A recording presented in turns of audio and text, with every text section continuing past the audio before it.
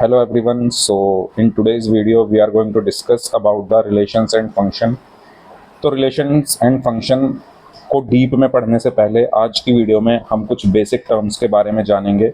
उससे पहले मैं आपको बता दूं कि आईआईटी जेईई एग्ज़ाम में इस चैप्टर से काफ़ी क्वेश्चंस पूछे जाते हैं और 11th 12th के जो बोर्ड एग्ज़ाम है 12th क्लास में और 11th क्लास के जो आपके स्कूल के एग्ज़ाम्स होते हैं उसमें तो ये चैप्टर पूछा ही जाता है।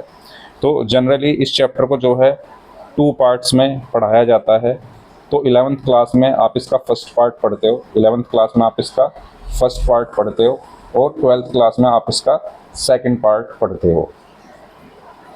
इसका आप कौन सा पार्ट पढ़ते हो? सेकंड पार्ट आप इसका 12th क्लास में पढ़ते हो। और जेईई का जो एग्ज़ाम होता है उसमें दोनों ही, ठीक है, दोनों ही पार्ट से क्वेश्चंस पूछे जाते हैं। सो शुरुआत करते हैं आज की वीडियो के बारे में। तो आज की वीडियो में हमारा सबसे पहला टॉपिक है ऑर्डर्ड पेयर। तो ऑर्डर्ड पेयर क्या होता है? तो ऑर्डर्ड पेयर को समझने के लिए मैं आपको एक एग्जांपल देने की कोशिश करता हूं। तो एग्जांपल क्या है? सबसे पहले मैंने यहाँ पर 2 एक्सिस ली, एक्स एक्सिस और वाई एक्सिस, ठीक है। मैंने एक्स वाई प्लेन लिया एक, फॉर एग्जांपल ये मेरा एक्स वाई प्लेन है, ठीक है। और इस एक्स वाई प्लेन में ये मेरी कौन सी एक्सिस है? ये मेरी एक्स एक्सिस है और ये मेरी वाई एक्सिस है। अब मैं आपसे कहता हूँ कि मुझे आप एक्स वाई प्लेन पर 5,2 एक पॉइंट इसमें आप मुझे दिखाइए वो कहाँ पर होगा। तो 5,2 पॉइंट दिखाने का मतलब ये है कि ये दोनों कोऑर्डिनेट्स हैं हमारे और ये जो हमारा पहला कोऑर्डिनेट है ये एक्स एक्सिस पर होना चाहिए और ये जो दूसरा कोऑर्डिनेट है ये हमारा वाई एक्सिस पर होना चाहिए। यानी ये जो 5 है, ठीक है, ये जो हमारा 5 है, हाँ, ये जो हमारा 5 है ये कहाँ होना चाहिए? ये हमारा एक्स एक्सिस पर होना चाहिए। और ये जो 2 है ये 2 कहाँ होना चाहिए? वाई एक्सिस पर। तो हम अपनी एक्सिस पर आते हैं सबसे पहले। तो ये मेरी एक्स एक्सिस है, सॉरी, ये मेरी एक्स एक्सिस है, ठीक है। ये मेरी कौन सी एक्सिस है? ये मेरी एक्स एक्सिस है। और मेरी वाई एक्सिस कहाँ पर है? वाई एक्सिस मेरी ये है। तो अब मैं क्या करूँगा, सबसे पहले एक्स एक्सिस पर कुछ पॉइंट्स मैं यहाँ पर लिख लेता हूँ। फॉर एग्ज़ाम्पल मैंने यहाँ पर लिखा 1 2 3 4 5 और ऐसे ही वाई एक्सिस पर मैंने कुछ पॉइंट लिख लिए 1 2 3 4 5। अब मुझसे कहा गया है कि मुझे कौन से पॉइंट दिखाने हैं? मुझे दिखाना है 5,2, ठीक है। मुझे कौन सा पॉइंट दिखाना है? मुझे ये वाला पॉइंट दिखाना है 5,2। तो 5 अगर मैं देखूं तो एक्स एक्सिस पर कहाँ है? ये रहा, ठीक है। ये 5 है और 2 कहाँ है? वाई एक्सिस पर ये रहा। यानी मुझे एक ऐसा पॉइंट दिखाना है जो एक्स एक्सिस पर 5 को डिनोट करे और वाई एक्सिस पर 2 को डिनोट करे। तो ये मेरा पॉइंट कहाँ होगा? कहीं इस जगह होगा, ठीक है, जहाँ पर अभी आपको ये हाइलाइटर दिख रहा है। तो यहाँ पर कहीं ये 5,2 होगा, ओके। तो यानी 5 मेरा कहाँ पर होगा? यहाँ पर। अगर मैं इसको एक लाइन से यहाँ पर ड्रॉ करूँ और 2 मेरा होगा यहाँ पर। और जहाँ पर ये एक दूसरे को मीट करेंगे इस पॉइंट को मैं क्या बोल दूँगा? 5,2। ये सब हम छोटी क्लासेस में कर चुके हैं कि कैसे हम एक पॉइंट को एक्स वाई प्लेन पर दिखाते हैं। अब मेरा आपसे ये सवाल ये है कि क्या मैं इस पॉइंट को 2,5 लिख सकता हूँ क्या? तो आपका आंसर होगा नहीं, हम इस पॉइंट को 2,5 नहीं लिख सकते, ठीक है। 2,5 एक डिफरेंट पॉइंट होगा जो कि होगा 2,5 का मतलब है एक्स एक्सिस पर हमें 2 चलना है और वाई एक्सिस पर हमें 5 चलना है। तो एक्स एक्सिस पर 2 यहाँ होगा और 5 यहाँ होगा। यानी वो कौन सा पॉइंट होगा? वो हमारा ये वाला पॉइंट होगा। तो यानी ये दोनों पॉइंट्स की जो लोकेशन है वो अलग अलग है ना। जो हमारा 5,2 है और जो हमारा 2,5 है, दोनों की लोकेशन अलग अलग है। यानी हम इन दोनों को रिप्लेस नहीं कर सकते। हम ये नहीं कह सकते कि ये 2,5 जो है इसको मैं 5,2 लिख सकता हूँ या ये जो 5,2 है इसको मैं 2,5 लिख सकता हूँ। This is not possible. क्यों? क्योंकि ये हमारे होते हैं ऑर्डर्ड पेयर। यहाँ पर जो नंबर्स का ऑर्डर है वो क्या है? वो यहाँ पर नंबर का जो ऑर्डर्स है वो यहाँ पर इम्पोर्टेंट है, हम उनके ऑर्डर्स को चेंज नहीं कर सकते। ठीक है, अगर मैं लिख रहा हूँ 2,5 और अगर मैं लिख रहा हूँ 5,2, ये दोनों डिफरेंट पॉइंट्स होते हैं। ये एक डिफरेंट पॉइंट है, ये एक डिफरेंट पॉइंट है। तो ऑर्डर्ड पेयर में क्या होता है, एक स्पेसिफिक ऑर्डर होता है। ऑर्डर्ड पेयर में क्या होता है, एक जो ऑब्जेक्ट्स होते हैं, ऑब्जेक्ट्स जो होते हैं हमारे, objects are in specific order, एक स्पेसिफिक ऑर्डर में होता है, हम उनके प्लेसेस को चेंज नहीं कर सकते। ठीक है, तो उम्मीद करता हूं आपको ये चीज़ क्लियर हो गई होगी कि ऑर्डर्ड पेयर हमारे क्या होते हैं, जहां पर दो नंबर्स या दो ऑब्जेक्ट होते हैं, वो ऑब्जेक्ट एक ब्रैकेट्स के से एनक्लोज्ड होते हैं। जैसे मैंने लिखा 2 और -5, तो ये दो ऑब्जेक्ट्स एक ब्रैकेट से क्या है, एनक्लोज्ड है और सेपरेटेड बाय कोमा। तो इसको हम क्या बोलते हैं, ऑर्डर्ड पेयर बोलते हैं। ऑर्डर्ड पेयर का मतलब है कि हम यहाँ पर इसको -5,2 नहीं लिख सकते। ठीक है, 2, -5 एक डिफरेंट लोकेशन होती है और 5 is a different location. So that is all about the ordered pair. तो अगर हम जल्दी से डेफिनेशन पर आएँ तो ऑर्डर्ड पेयर हमारे क्या है, pair of object listed in a specific order. ये मैंने आपको बता दिया कि जो हमारा ऑब्जेक्ट होता है वो एक स्पेसिफिक ऑर्डर में होता है। ठीक है, जैसे कि यहाँ पर एक एग्जांपल दिया हुआ है, एक पॉइंट है P1,2, एक पॉइंट है Q2,1। ये दोनों पॉइंट्स जो कि कोऑर्डिनेट्स हैं। ठीक है, तो ये हमारे डिफरेंट पॉइंट्स होते हैं। हम इनको ये नहीं कह सकते कि भाई 1,2 और 2,1 दोनों इक्वल हैं, नहीं, दोनों इक्वल नहीं होते। ठीक है, 1,2 is at the different location and 2,1 is at the different location in XY plane. Okay, so let's move ahead. चलिए, तो अब हम बात करते हैं कि ऑर्डर्ड पेयर को हम लिखते कैसे हैं, जो कि मैंने आपको अब ऑलरेडी बता दिया है। ऑर्डर्ड पेयर को लिखने का तरीका है कि हम एक पेयर लिखेंगे ऑब्जेक्ट्स का, separated by comma and enclosed by the brackets. अब इसमें जो हमारा ऑर्डर्ड पेयर में जो सबसे पहले लिखा होता है उसको हम बोलते हैं फर्स्ट एलिमेंट। ये हमारा क्या है, फर्स्ट एलिमेंट है। ये हमारा कौन सा एलिमेंट है, ये हमारा फर्स्ट एलिमेंट है। और इसको हम क्या बोलेंगे, इसको हम बोलेंगे second element of the ordered pair. Okay, so इसमें कुछ इतना खास नहीं है। तो जो पहले लिखा है उसको हम फर्स्ट एलिमेंट बोल देंगे और जो बाद में लिखा है उसको हम सेकंड एलिमेंट बोल देंगे। सो A is the first element of the ordered pair and B is the second element of the ordered pair. तो अब इस ऑर्डर्ड पेयर को हम यहीं पर फिनिश करते हैं। तो उम्मीद करता हूँ ये कोई इतनी मुश्किल चीज़ नहीं थी, आपको ऑर्डर्ड पेयर क्लियर हो गया होगा। तो अब हम बात करते हैं कार्टेशियन प्रोडक्ट के बारे में। कार्टेशियन प्रोडक्ट को समझने के लिए हम सबसे पहले ऑर्डर्ड पेयर को हमें समझना बहुत इंपॉर्टेंट है, जो कि मैं आपको बता चुका हूँ कि ऑर्डर्ड पेयर क्या होता है।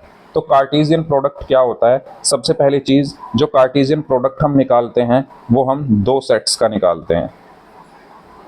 ठीक है, कार्टेशियन प्रोडक्ट किसका निकलता है, 2 सेट्स का। तो 2 सेट्स अगर हमारे पास हैं, अगर हमारे पास 2 सेट्स हैं तो उनका मैं कार्टेशियन प्रोडक्ट ईजिली निकाल सकता हूँ। अगर मेरे पास कोई एक सेट है A, एक सेट है B, ठीक है, एक सेट है A, एक सेट है B, तो इसका जो कार्टेशियन प्रोडक्ट होता है उसको हम डिनोट करते हैं A क्रॉस B से। A क्रॉस B का मतलब है कि A का B के साथ क्या, कार्टेशियन प्रोडक्ट। ठीक है, इसका मीनिंग क्या है, Cartesian product of A and B। ठीक है, सबसे पहले हमने समझा कि इसको डिनोट कैसे करते हैं। सबसे पहले हमने समझा कि इसको डिनोट कैसे करते हैं, किसको, कार्टेशियन प्रोडक्ट को हम डिनोट कैसे करते हैं, हम बीच में कौन सा साइन लगा देते हैं, क्रॉस का। ओके, एक बार फिर से बता देता हूँ, कार्टेशियन प्रोडक्ट को हम कैसे डिनोट करते हैं, A क्रॉस B। ठीक है, हम क्रॉस का साइन बीच में लगा देते हैं और जिन 2 सेट्स का हम कार्टेशियन प्रोडक्ट निकाल रहे हैं उन दोनों सेट्स को हम यहाँ पर लिखते हैं। अब हम बात करते हैं कि ये कार्टेशियन प्रोडक्ट का मतलब क्या है। तो देखो, जैसा कि मैंने आपको बताया कि कार्टेशियन प्रोडक्ट निकालने के लिए हमें 2 सेट्स चाहिए। ठीक है, तो अगर मैं यहाँ पर बताऊं कार्टेशियन प्रोडक्ट का मतलब, तो कार्टेशियन प्रोडक्ट का मतलब होता है, यानी कार्टेशियन प्रोडक्ट मतलब A क्रॉस B, उसका मतलब है कि कार्टेशियन प्रोडक्ट एक सेट होता है। कार्टेशियन प्रोडक्ट क्या होता है, एक सेट होता है। ठीक है, कार्टेशियन प्रोडक्ट क्या होता है, क्योंकि ये 2 सेट्स का हम निकाल रहे हैं तो रिजल्ट भी क्या आता है, ये भी एक क्या आता है, एक सेट आता है। अब अगर ये एक सेट है तो सेट को हम कर्ली ब्रेसेस के अंदर लिखेंगे। ठीक है।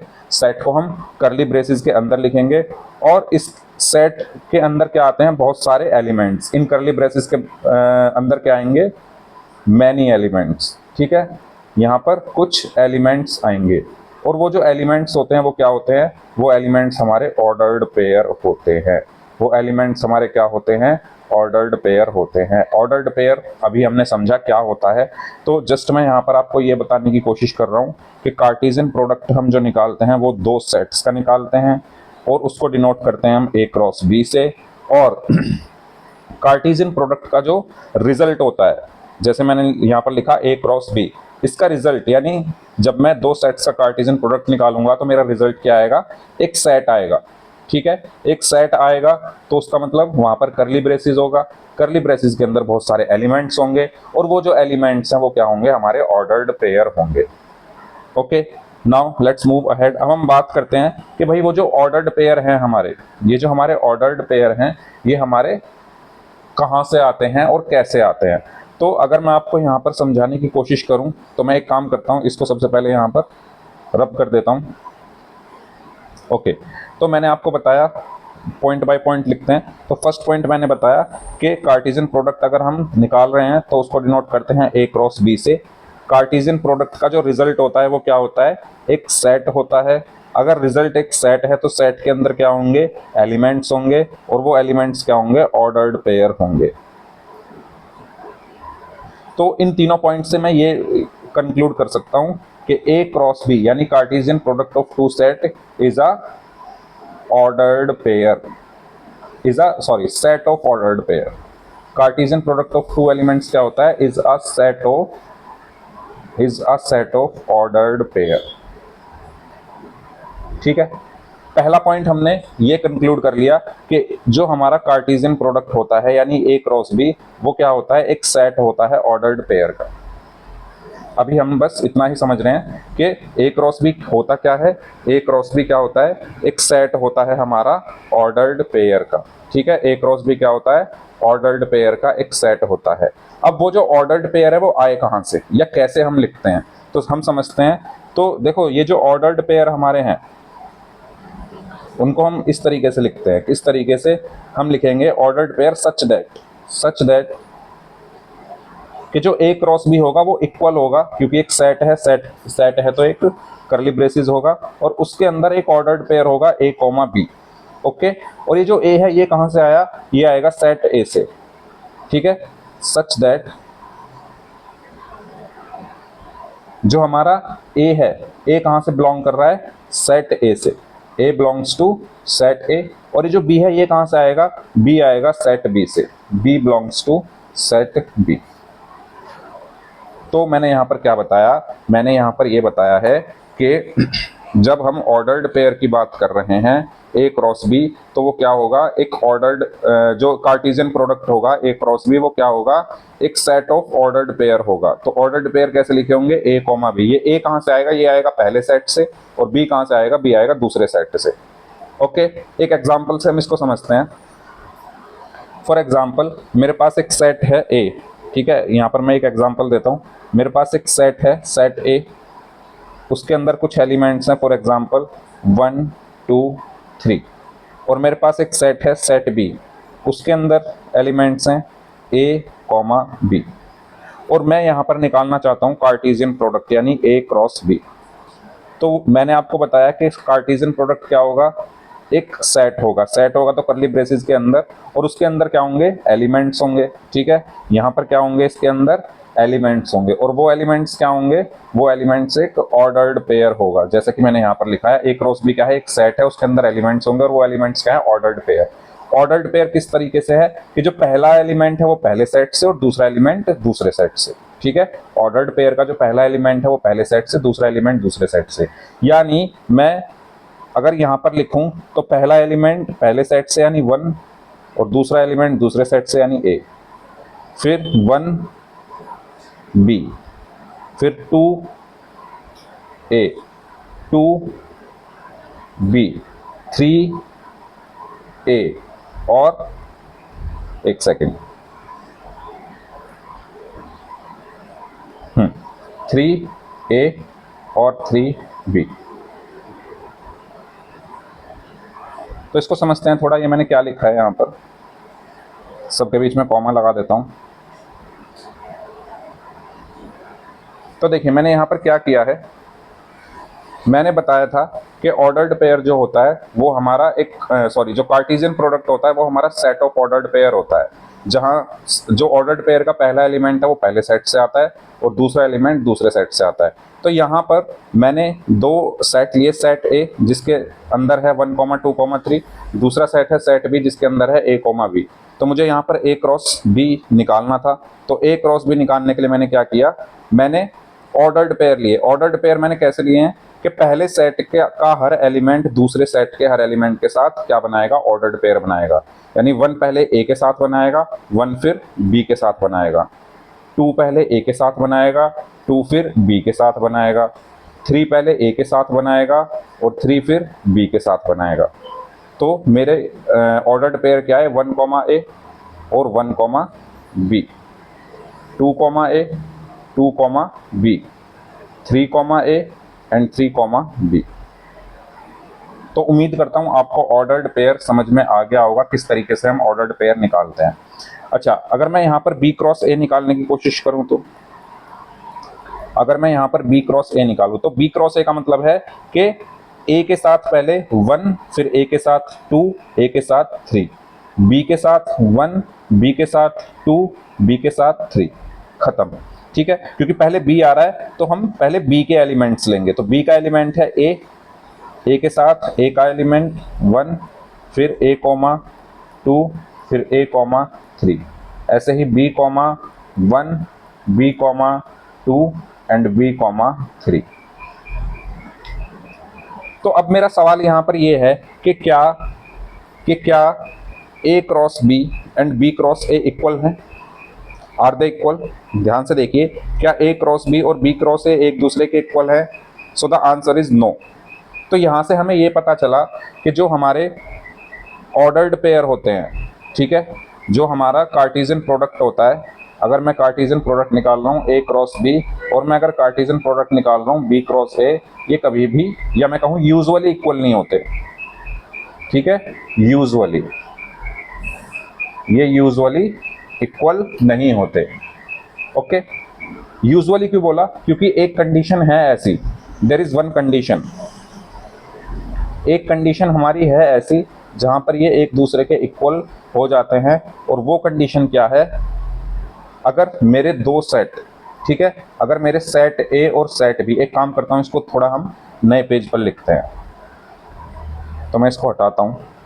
तो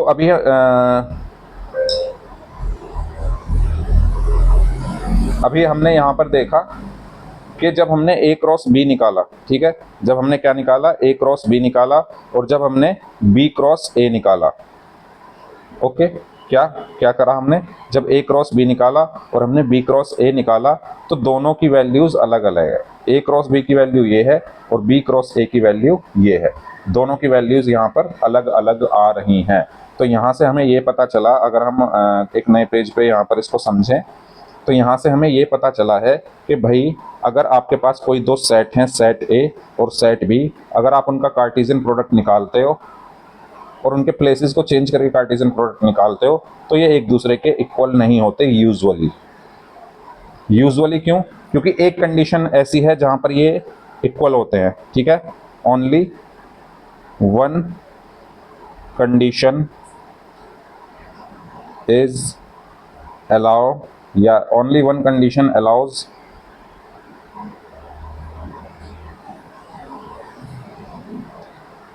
टू मेक देम इक्वल। और वो कंडीशन कौन सी है? दैट इज, वो कंडीशन है अगर मेरे दोनों सेट इक्वल हैं, यानी सेट ए अगर सेट बी के इक्वल है, देन आई कैन से, तब मैं कह सकता हूं कि ए क्रॉस बी और बी क्रॉस ए एक दूसरे के इक्वल होते हैं। ओके, ए क्रॉस बी और बी क्रॉस ए एक दूसरे के इक्वल होते हैं, लेकिन यूजुअली ये इक्वल नहीं होते। सिर्फ यही एक कंडीशन है जहां पर ये एक दूसरे के इक्वल होते हैं। सो उम्मीद करता हूं आपको कार्टेशियन प्रोडक्ट भी क्लियर हो गया होगा। ओके, तो कार्टेशियन प्रोडक्ट में हमने क्या पढ़ा? कार्टेशियन प्रोडक्ट में हमने पढ़ा कि सबसे पहले कार्टेशियन प्रोडक्ट क्या है? एक सेट होता है, ठीक है, और उस सेट के अंदर क्या होते हैं, ऑर्डर्ड पेयर होते हैं। और वो ऑर्डर्ड पेयर किस तरीके से होते हैं, वो इस तरीके से होते हैं कि ऑर्डर्ड पेयर का पहला एलिमेंट पहले सेट से लिया जाता है और ऑर्डर्ड पेयर का दूसरा एलिमेंट दूसरे सेट से लिया जाता है। सो उम्मीद करता हूँ आपको ये वीडियो अच्छी लगी होगी, आपको ऑर्डर्ड पेयर और कार्टेशियन प्रोडक्ट का कॉन्सेप्ट क्लियर होगा। सो नेक्स्ट वीडियो में हम जेईई में जो क्वेश्चंस पूछे गए हैं आईआईटी जेईई में कार्टेशियन प्रोडक्ट से रिलेटेड, उन क्वेश्चंस को डिस्कस करेंगे।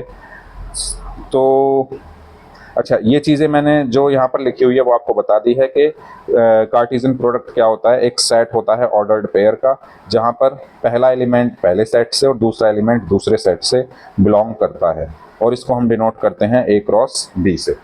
सो उम्मीद करता हूँ आपको ये वीडियो अच्छी लगी होगी। सो नेक्स्ट वीडियो में we will discuss the IIT JEE problems related to Cartesian product. So अगर आपको वीडियो अच्छी लगी हो तो वीडियो को लाइक करना और चैनल को सब्सक्राइब करना। मिलते हैं नेक्स्ट वीडियो में। Bye bye everyone, take care, bye bye.